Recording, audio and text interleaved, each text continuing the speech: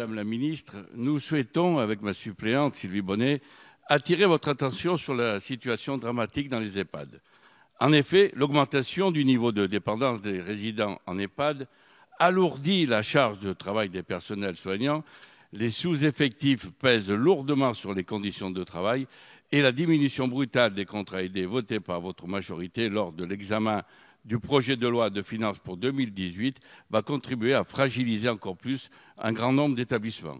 Ainsi, alors que face au vieillissement de la population, les Allemands ont en moyenne 1,2 agents par résident, la France en mobilise à peine 0,6. Les professionnels se sont massivement mobilisés le 30 janvier dernier, y compris les corps de direction, ce qui est une première. Puis à nouveau le 15 mars pour expliquer leurs souffrances et celles des résidents, car ces métiers sont difficiles. Cette dégradation des conditions de travail dans les EHPAD conduit à l'épuisement des personnels et à une véritable souffrance au travail qui aboutissent à un taux d'absentéisme qui dépasse très largement la moyenne nationale. Tout cela peut mener, malgré le dévouement des personnels, à une grave détérioration de la prise en charge de nos aînés devenus dépendants. De plus, la tarification ternaire est souvent de complexité pour tous les acteurs du secteur. Et les établissements publics vont devoir compenser les pertes de ressources de la section dépenses par les crédits d'assurance maladie, alors que ces crédits devaient permettre de créer des postes. Je veux également vous rappeler la grande inquiétude des familles concernant des rumeurs d'augmentation des tarifs journaliers qui représentent déjà une dépense supérieure à 1 800 € par mois, soit 500 € de plus que la pension de retraite moyenne. Alors, Madame la Ministre, que répondez-vous aux inquiétudes des personnels et familles de résidents des EHPAD?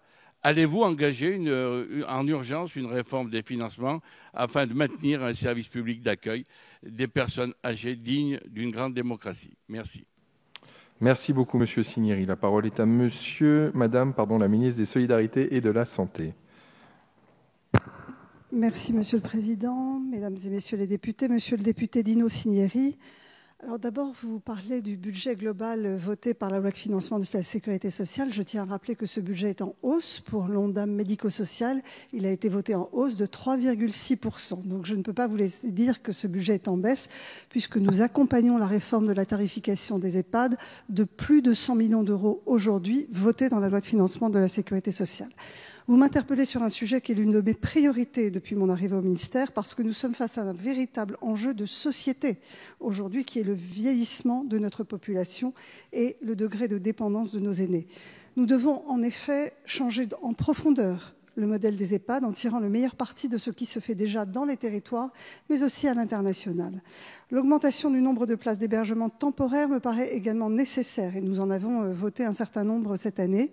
Nous devons aussi mieux les valoriser financièrement. Alors, concernant les personnes qui travaillent auprès des personnes âgées, il est dans mes priorités de mieux les valoriser avec notamment des nouveaux contrats parcours emploi compétences vers les EHPAD.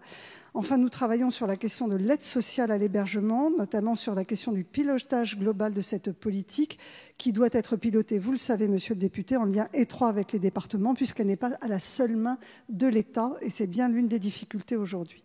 À propos du taux d'encadrement et de l'objectif du ratio de 1 personne soignante par résident, ce ratio, vous le savez, n'a pas de fondement théorique ou scientifique, car il ne peut pas être considéré comme une norme.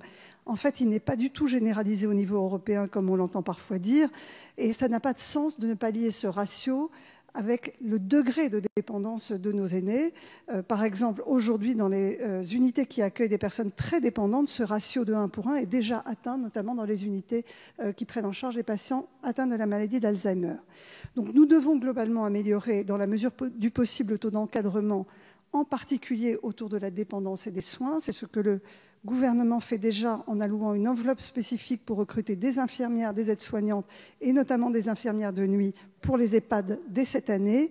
Mais par ailleurs, nous avons un sujet de société. Il ne faut que nous travaillions ensemble aux voies et aux moyens de progresser sur l'environnement humain auprès des personnes dépendantes, sur les moyens de rendre cet encadrement le plus efficace possible. Et c'est la feuille de route que le gouvernement est en train aujourd'hui d'élaborer pour mieux accompagner le vieillissement de notre population. Je vous remercie. Merci beaucoup, Madame la Ministre. Monsieur Cinieri, vous avez la parole.